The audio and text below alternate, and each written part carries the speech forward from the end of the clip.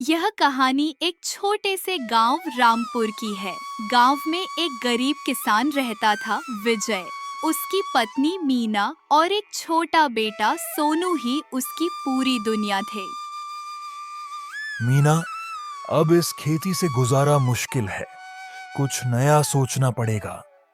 तुम गांव के जमींदार काका से मिलो, शायद वो कोई रास्ता दिखाएंगे।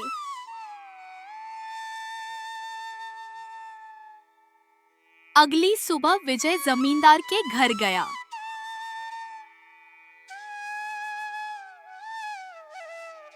बेटा, तुम मेरे गांव के बाहर वाले खेत संभाल लो। मुझसे अब ज्यादा काम नहीं होता। विजय खुश हो गया और अगले दिन से वहाँ काम शुरू कर दिया। पर किस्मत को कुछ और ही मंजूर था। एक दिन खेत में काम करते समय विजय ने जैसे ही झुककर घास हटाई, तभी घास के बीच से एक विषैला सांप निकल आया। विजय कुछ समझ पाता उससे पहले ही सांप ने उसकी टांग पर अपने दांत गड़ा दिए। तेज दर्द की चीख निकल गई और जहर धीरे धीरे उसके शरीर में फैलने लगा। उसका चेहरा पीला पड़कर नीला होने लगा, सांसें भारी हो गई और वह मिट्टी पर बेहोश होकर गिर पड़ा। खेत की खामोशी में केवल उसकी कराह सुनाई दे रही थी। मीना, विजय को सांप ने काट लिया है। विजय जिंदा है, लेकिन गहरी बेहोशी में चला गया है।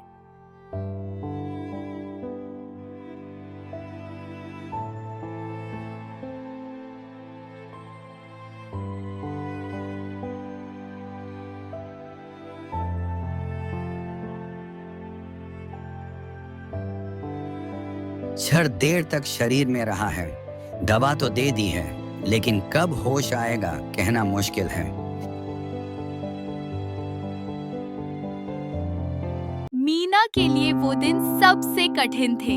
एक तरफ पति बिस्तर पर बेहोश, दूसरी तरफ छोटे बेटे का भविष्य।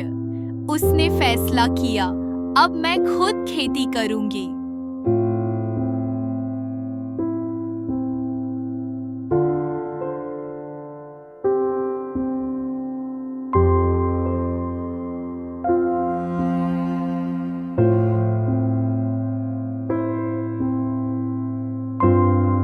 सुबह खेतों में काम, शाम को गांव के घरों में छोटे मोटे काम। दिन रात की मेहनत से घर भी चला और सोनू की पढ़ाई भी।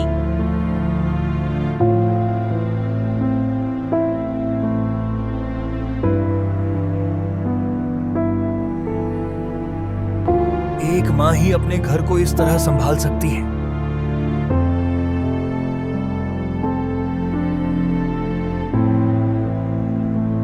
माँ, मैं भी काम करूँगा।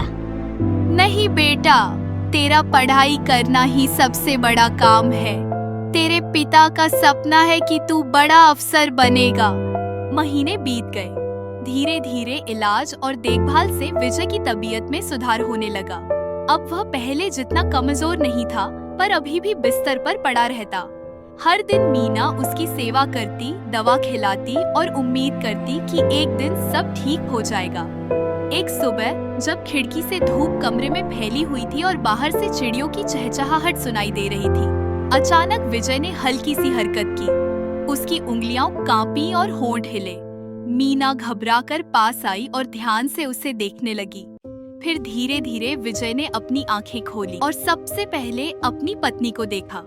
मीना की आंखों में आंसू छलक पड़े। इतने लंबे इंतजार के बाद पति को होश में आता देख उसके चेहरे पर राहत और खुशी दोनों एक साथ झलक रही थी। विजय ने कमजोर आवाज में कहा, मीना, और यह सुनते ही मीना की सारी थकान जैसे पल भर में दूर हो गई। मीना, तुमने तो घर भी संभाला और मेरे सपनों को भी जिंदा रखा।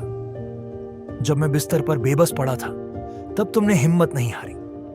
तुम्हारी मेहनत और त्याग ने इस घर की लौ बुझने नहीं दी। हर दिन तुमने मेरे और बेटे के लिए संघर्ष किया। तुम्हारी आंखों में मुझे हमेशा उम्मीद दिखाई दी। आज अगर मैं फिर से खड़ा हो पा रहा हूं, तो सिर्फ तुम्हारी वजह से। तुमने मेरे टूटे हुए हौसले को फिर से जीना सिखाया है।